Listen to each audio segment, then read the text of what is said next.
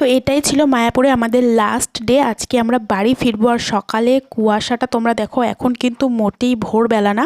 আমি ভোরবেলা একেবারেই উঠতে পারিনি, এতই ঠান্ডা ছিল। রাতের বা ভোরের দিকে একদম টেম্পারেচার চলে গিয়েছিল 9।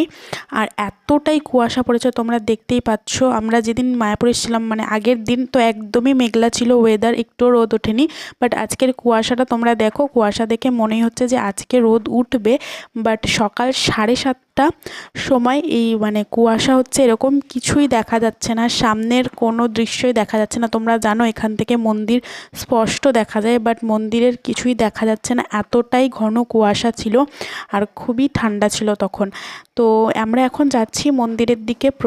আমরা মন্দিরের প্রসাদের কুপন কাটতে যাচ্ছি, কারণ যেই দিন আমরা বাড়ি ফিরি সেই দিন সকালেই আমরা মন্দিরের প্রসাদের জন্য কুপন কেটে নিই। আর মন্দিরের প্রসাদ পুজো দিয়ে আমরা একেবারে প্রসাদ নিয়েই তারপর বাড়ি যাই। তো শেষবারের জন্য আবার ফুলগুলোকে একবার দেখে নিলাম, কারণ এরপরে আর আসা হবে না।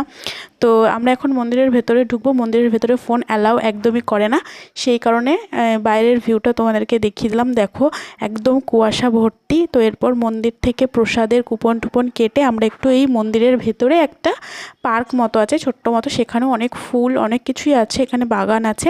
তো তোমরা এখানে বসতে পারো, নিরিবিলিতে কথা বলতে পারো, আর এখানেও ছবি টবি তুলতে পারো, খুবই সুন্দর। এখানে তো এখন কুয়াশা পড়েছে, বাট এখান থেকে মন্দিরটা খুব পুরোটাই দেখা যায় আর খুবই সুন্দর লাগে। তোমাদের যখন রোদ উঠবে তখন তোমরা নিশ্চয়ই এখানে দেখতে পাবে। আর এর ভেতরেও কিন্তু ফুলের বাগান আছে, কত সুন্দর মানে পিঙ্ক কালারের ফুলগুলো ফুটে আছে দেখো, দেখতে খুবই ভালো লাগছিল। তাই শীতকালে তোমরা অবশ্যই মায়াপুরে গিয়ে ঘুরে এসো, যদি ফুলের এরকম সুন্দর দৃশ্য দেখতে চাও তো অবশ্যই তোমরা যেতে পারো। আর এর ভেতরে দেখো কত রকমের ফুল আছে, এটা কিন্তু মন্দিরের একেবারে বাইরেই। তো চলো রুমে চলে এসেছি, সব প্রসাদ নিয়ে রুমটা ছাড়তে হবে। তো 8টার মধ্যে ছেড়ে দেওয়ার রেস্ট্রিকশন থাকে, বাট 1 ঘন্টা লেট হলে কোনো অসুবিধা হয় না। প্রসাদ নিয়ে আসতে একটু টাইম লাগে।